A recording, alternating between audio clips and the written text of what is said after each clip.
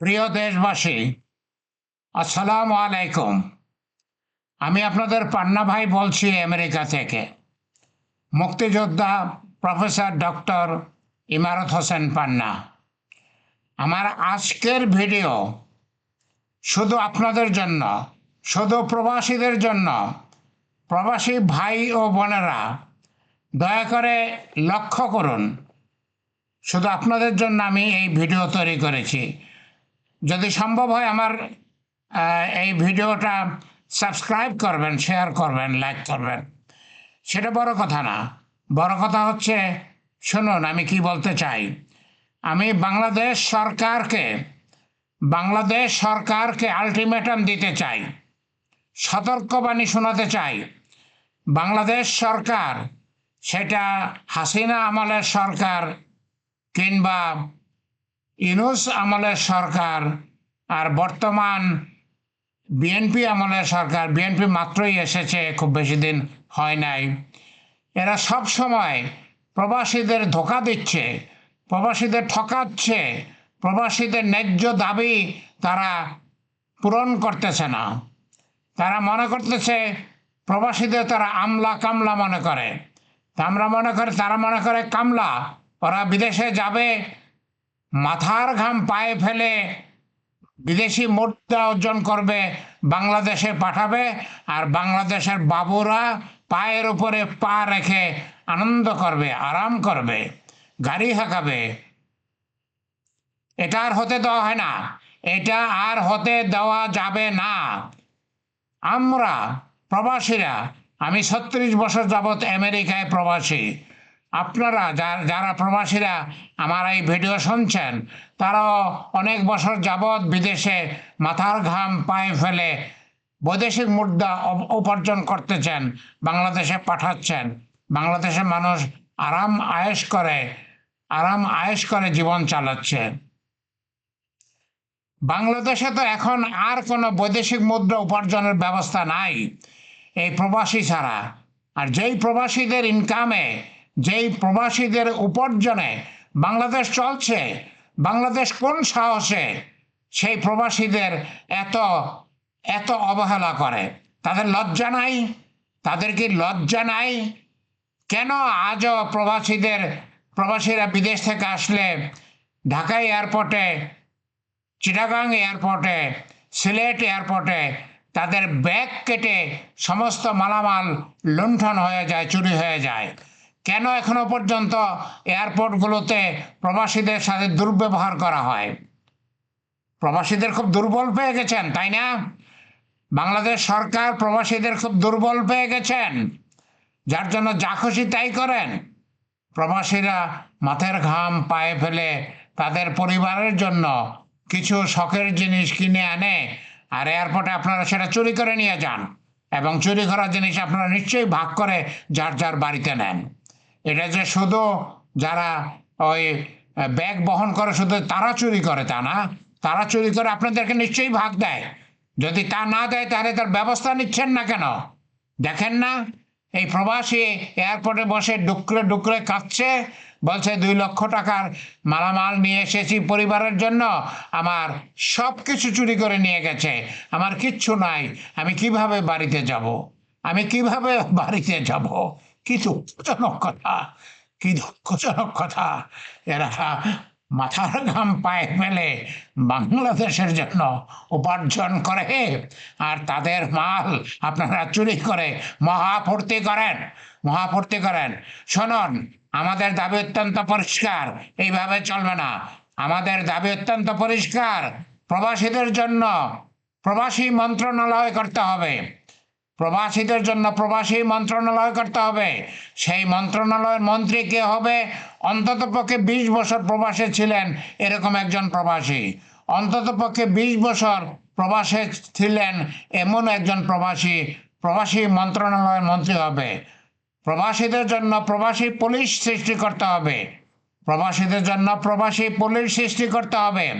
কারা সেই প্রবাসী পুলিশ হবেন? কমপক্ষে ২০ বছর যারা প্রবাসে জীবনযাপন করছেন তারাই শুধু প্রবাসী পুলিশ হবেন। তারা প্রবাসীদের দুঃখ বুঝবেন, প্রবাসী মন্ত্রী প্রবাসীদের দুঃখ বুঝবেন, তারা প্রবাসীদের সুযোগ সুবিধা যেরকম ঠিক মতো দিতে পারবেন। আর এইসব এইসব আজে বাজে নেতা, যারা শুধু পয়সা কামানোর জন্য নেতা হয়, সেই সব নেতা প্রবাসী মন্ত্রী হতে পারবে না। আর ওই ওই কি সব প্রবাসীদের উন্নয়ন, প্রবাসীদের কল্যাণ, কত সুন্দর সুন্দর নাম, কিন্তু এরা কিছুই করে না। এরা শুধু টাকা খায়। এরা এরা কয়েক লক্ষ টাকা একজনের থেকে নিয়ে বিদেশে পাঠানোর যেই দালাল, তাদের সাথে ভাগাভাগি করে টাকাটা নেয়। 21 লক্ষ টাকা করে দিয়ে প্রবাসে গেছে, তার মধ্যে 18 জন বাংলাদেশি অনাহারে খাদ্যের অভাবে লিবিয়ার সমুদ্রে মরে গেছে। আর তাদের লাশগুলো দেশে যে পাঠাবে তা না, তাদের লাশগুলো সমুদ্রে ফেলে দিয়েছে। যেই বাবা তার সম্পত্তি বিক্রি করে, জমি বিক্রি করে, যেই মা তার গলার অলংকার বিক্রি করে তার ছেলেকে মেয়েকে প্রবাসে পাঠাইছে, তাদেরকে অনাহারে মেরে ফেলেছে, তাদের লাশটা সমুদ্রে ফেলে দিয়েছে। মাঝে মধ্যেই আমরা খবর পাই লিবিয়াতে নৌকা ডুবিতে এতজন প্রবাসী মারা গেছে, ততজন প্রবাসী মারা গেছে। বাংলাদেশ সরকার কি করতেছে? বাংলাদেশ সরকার কি করতেছে? যেই দালালরা এসব করে, বাংলাদেশ সরকার কি তাদের ধরেছে? তাদের কোনো ব্যবস্থা নিয়েছে? কেন নেবে? কারণ দালালরা তো ওই মন্ত্রীদেরকে, ওই হামলা কামলাদেরকে ভাগ দেয়, তারা তো বকরা পায়। তারা কেমনে দালালের বিরুদ্ধে ব্যবস্থা নেবে? আমরা এই ব্যবস্থা আর চাই না। বাংলাদেশ সরকার যদি প্রবাসীদের ন্যায্য দাবি পূরণ না করে, তাহলে প্রবাসীরা সিদ্ধান্ত নেবে তারা কি করবে। আমরা জানি কি করতে হবে, আমরা প্রবাসীরা জানি কি করতে হবে, আমরা সেটাই করব। আমরা বাংলাদেশের মুখের দিকে চেয়ে প্রবাসে মাথার ঘাম পায়ে ফেলে বাংলাদেশের জন্য উপার্জন করি। বাংলাদেশ সেটা খেয়ে মোটা তাজা হচ্ছে, আর আমরা না খেয়ে মরে যাচ্ছি। আমরা না খেয়ে লিবিয়ার সমুদ্রে মরে যাচ্ছি, আমরা লিবিয়ায় নৌকা ডুবিতে মরে যাচ্ছি। বাংলাদেশ সরকার তার কোনো ব্যবস্থা নিচ্ছে না। কিভাবে ব্যবস্থা নেবে? কারণ ওই দালালরা যে 21 লক্ষ টাকা করে নিয়েছে, তার ভাগ তো মন্ত্রী পেয়েছে, তার ভাগ তো আমলা কামলা সবাই পেয়েছে। কে পায় নাই? কে পায় নাই তার ভাগ? শোনো প্রবাসী ভাই ও বোনেরা, ভবিষ্যতে যারা প্রবাসে যাবেন, দয়া করে আপনারা কোনো দালালের মাধ্যমে প্রবাসে যাবেন না। দয়া করে কোনো দালালের মাধ্যমে প্রবাসে যাবেন না। যদি সরকার আপনাদেরকে পাঠায়, শুধু তখনই যাবেন। বাংলাদেশে আপনাদের করার মতো অনেক কিছু আছে। যে 20 লক্ষ টাকা দিয়ে আপনারা মরতে গিয়েছেন, জাহান্নামে গিয়েছেন, সেই 20 লক্ষ টাকা আপনারা যদি দেশে সমন্বিত কৃষি খামারে বিনিয়োগ করেন, আপনারা প্রবাসে যা অর্জন করেন, যা উপার্জন করেন, তার 3 গুণ অর্জন আপনি বাড়িতে বসে করবেন। আপনার বাবা মার সাথে থাকতে পারবেন, আপনার সন্তানদের সাথে যদি বিবাহিত হন, আপনার সন্তানদের সাথে থাকতে পারবেন, এবং প্রবাসে যে ইনকাম হয় তার 3 গুণ আপনারা বাংলাদেশে ইনকাম করতে পারবেন। অতএব সরকার যখন আপনাদেরকে প্রবাসে পাঠাবে, যাবেন, খুশি মনে যাবেন। কখনোই দালালকে পয়সা দিয়ে প্রবাসে যাবেন না। কেন? দালালকে পয়সা দিয়ে যারা প্রবাসে যায়, তার অর্ধেক রাস্তায় মরে যায়, তাদের অনেককেই বিভিন্ন দেশে নিয়ে অত্যাচার করা হয়, অত্যাচার করে তার বাড়ি থেকে আরও নতুন করে টাকা নেওয়া হয়। অতএব প্রিয় ভাই ও বোনেরা, আপনারা সরকারের ব্যবস্থা ছাড়া কোনো দালালের মাধ্যমে প্রবাসে যাবেন না। শুনুন, আমি যেটা বলতে চাচ্ছি, প্রবাসীরা বাপের জমি আর মায়ের অলংকার বিক্রি করে বিদেশে যায়। সত্য কিনা? অবশ্যই সত্য। তারা মাথার ঘাম পায়ে ফেলে বৈদেশিক মুদ্রা অর্জন করে। সত্য কিনা? অবশ্যই সত্য। সেই প্রবাসীদের ব্যাগগুলো বিমানবন্দরে কেটে সবকিছু চুরি করে নিয়ে যায়। তাদের সাথে দুর্ব্যবহার করা হয় বিমানবন্দরে। কেন? কোথায় থেকে এই সাহস পেয়েছে বিমানবন্দরের চোরেরা? কোথায় থেকে এই সাহস পেয়েছে বিমানবন্দরের কর্মচারীরা? তারা প্রবাসীদের ব্যাগ কেটে চুরি করে নিয়ে যায়, আর তারা প্রবাসীদের সাথে দুর্ব্যবহার করে। শুনুন, আমাদের অত্যন্ত পরিষ্কার দাবি সরকারের কাছে, প্রবাসীদের জন্য একটি প্রবাসী মন্ত্রণালয় করতে হবে। যাকে তাকে দিয়ে সেই মন্ত্রী বানানো যাবে না। প্রবাসে ছিলেন কমপক্ষে 20 বছর এমন একজনকে প্রবাসী মন্ত্রণালয়ের মন্ত্রী করতে হবে। প্রবাসীদের জন্য প্রবাসী পুলিশ তৈরি করতে হবে। সেই প্রবাসী পুলিশরা ইন্টারন্যাশনাল এয়ারপোর্টগুলোকে 24 ঘন্টা পাহারা দেবে, যাতে প্রবাসীদের যাতে কোনো অসুবিধা না হয়, আসতে কোনো অসুবিধা না হয়, তাদের ব্যাগ চুরি করা না হয়, তাদের সাথে দুর্ব্যবহার করা না হয়।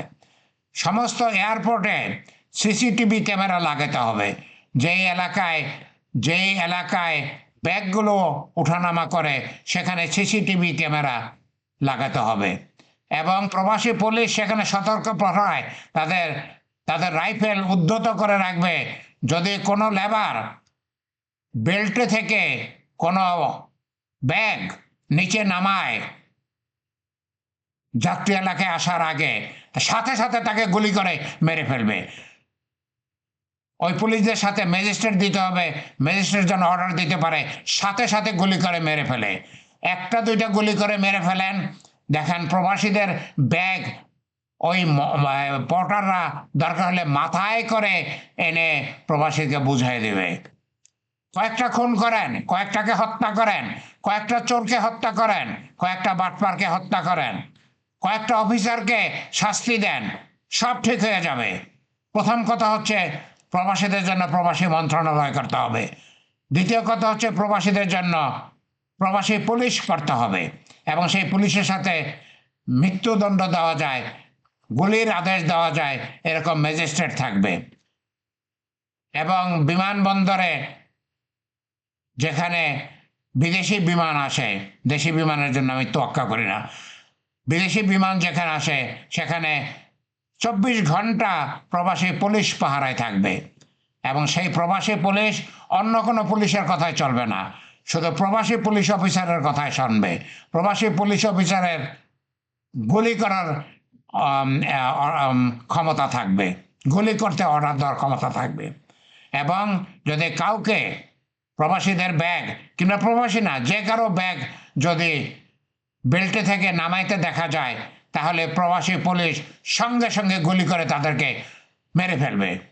কয়েকটা মেরে ফেলেন, দেখেন চুরি বন্ধ হয়ে যাবে। আর বিমানবন্দরে যাত্রীদের যেখানে ব্যাগ আসা যাওয়া করে সেখানে সিসিটিভি ক্যামেরা লাগাতে হবে। যদি সরকার এইসব দাবি মেনে না নেয়, তাহলে প্রবাসীরা উপযুক্ত ব্যবস্থা নেবে। কি ব্যবস্থা নেবে আপনারা জানেন। একবার তারা একটু ব্যবস্থা নিয়েছিল হাসিনার আমলে। প্রবাসীরা উপযুক্ত ব্যবস্থা নেবে, তখন কান্নাকাটি করবেন না, তখন ভিক্ষার ঝুলি হাতে নিয়ে পৃথিবীর কাছে যাবেন না ভিক্ষা করতে। কারণ প্রবাসীদের আয় ছাড়া আপনাদের আর কোনো গ্রহণযোগ্য আয় নাই, কোনো বড় আয় নাই। প্রবাসীদের আয় এখন বাংলাদেশের সবচেয়ে বড় আয়। প্রবাসীদের আয় দিয়ে বাংলাদেশ চলছে। সেই প্রবাসীদের আর অবহেলা করতে পারবেন না। আমরা অবহেলা করতে দেব না, আমরা অবহেলা করতে দেব না। শুনুন, আমি 36 বছর যাবৎ প্রবাসে থাকি, আমেরিকায় থাকি। আমি আমেরিকায় একটা সরকারি ইউনিভার্সিটির প্রফেসর। আমি আমেরিকায় এসে বিএস, এমএস, পিএইচডি করেছি। আমার 60 বছর বয়স হওয়ার পরে আমি আমেরিকার ইউনিভার্সিটি থেকে পিএইচডি করেছি। আমি আমেরিকান গভর্নমেন্টকে 36 বছর কম্পিউটারের সার্ভিস দিয়েছি। আমার 2টা আইটি কোম্পানি আছে আমেরিকায়, একটা আমেরিকা টেক, একটা cyber security centre of excellence. আমার একটা আইটি কোম্পানি আমেরিকা টেকের, আমি ঢাকার যাত্রাবাড়িতে একটা অফিস করেছি ইতিমধ্যে, এবং সেখানে 5 জন বাংলাদেশি এক্সপার্টকে নিয়োগ দিয়েছি। আমি বাংলাদেশে চলে আসবো ইনশাল্লাহ খুব শীঘ্রই। আমি আমার যাত্রাবাড়ি অফিসটাকে আরও বড় করব, কারণ যেই 5 জন আমার কাজ করতেছে তারা খুব ভালো কাজ করতেছে, তারা এক্সপার্ট। বাংলাদেশে হাজার হাজার আইটির এক্সপার্ট আছে। আমি বাংলাদেশে এসে অনেককে আমার কোম্পানিতে চাকরি দেব। এবং আমি চেষ্টা করতেছি পৃথিবীতে বাংলাদেশি যেসব প্রবাসী আছেন, যারা আমার মতো রিটায়ার্ড হয়েছেন, আমার 77 বছর বয়স হয়েছে, আমি এখন চাকরি করি না, আমি আমার কোম্পানি দুটো চালাই। আমার মতো রিটায়ার্ড পৃথিবীতে অনেক বাংলাদেশি এক্সপার্ট আছেন।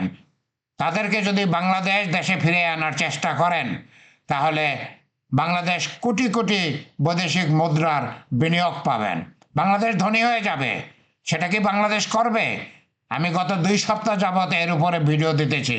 বাংলাদেশের কোনো সাড়া শুনি নাই। সাড়া শুনবো কিনা সন্দেহ, সাড়া শুনবো কিনা সন্দেহ। কারণ ওরা তো দেশের উন্নতি করার জন্য, মানুষের সুবিধা করে দেওয়ার জন্য কিছু করছে না। তারা তো তাদের ক্ষমতার জন্য সময় ব্যয় করতেছে, তাদের ক্ষমতার জন্য সময় ব্যয় করতেছে। তারা কিভাবে প্রবাসীদের দালালি চক্রের মাধ্যমে কোটি কোটি টাকা ইনকাম করবে, কিভাবে তারা সেই বেগমপাড়ায় বাড়ি করবে, সেই অ্যারাবিয়ান কান্ট্রিতে বাড়ি করবে, কানাডায় বাড়ি করবে, পৃথিবীর বিভিন্ন দেশে বাড়ি করবে, তারা সেই চিন্তায় আছে। আমরা সেটা আর হতে দেব না। অনতিবিলম্বে প্রবাসীদের জন্য প্রবাসী মন্ত্রণালয় করতে হবে। প্রবাসে 20 বছর থেকে দেশে ফিরে গেছেন এমন কাউকে প্রবাসী মন্ত্রণালয়ের মন্ত্রী করতে হবে।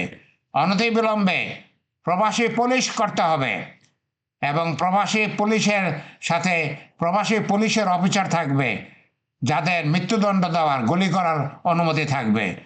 সমস্ত এয়ারপোর্টে যেখানে বৈদেশিক বা যেখানে বিদেশি প্লেন আসা যাওয়া করে সেখানে 24 ঘন্টা প্রবাসী পুলিশ পাহারায় থাকবে। সেখানে ব্যাগ এলাকায় সিসিটিভি ক্যামেরা থাকবে। আমি ভিডিও আর লম্বা করব না, তবে প্রিয় ভাই ও বোনেরা, আমি প্রত্যেক দিন প্রবাসীদের উপরে ভিডিও দেব। দয়া করে আমার ভিডিও দেখবেন, আমার ভিডিওটা সাবস্ক্রাইব করবেন যাতে আমি আগ্রহ পাই। একটা ভিডিও করতে 6 থেকে 8 ঘন্টা সময় লাগে। আমি সেটা করব, আপনাদের জন্য করব, কিন্তু আপনারা যদি সাবস্ক্রাইব না করেন, আমি যদি দেখি কেউ আমার ভিডিও দেখছে না, তাহলে আমি কোন দুঃখে করব? আমিও তো একজন প্রবাসী, আমি একজন প্রফেসর, আমি 2টা কোম্পানির মালিক।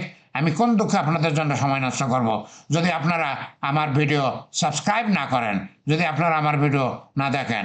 যাই হোক, আজকে এখানেই শেষ করি। আল্লাহ আমাদের সহায় হন। আল্লাহ আমাদের দাবি আদায় করার সামর্থ্য দিন। বাংলাদেশ সরকারের থেকে প্রবাসী মন্ত্রণালয় আদায় করে নেওয়ার আমাদের আমাদের ক্ষমতা দিন। প্রবাসী মন্ত্রণালয়ের মন্ত্রী হবে প্রবাসে 20 বছর থেকে গেছে এমন একজন। প্রবাসী মন্ত্রণালয়ের অধীনে প্রবাসী পুলিশ থাকবে, প্রবাসী পুলিশ অফিসার থাকবে, তারা প্রবাসীদের দেখভাল করবে। আল্লাহ আমাদের সহায় হন, আল্লাহ আমাদের সহায় হন। আমিন, আমিন।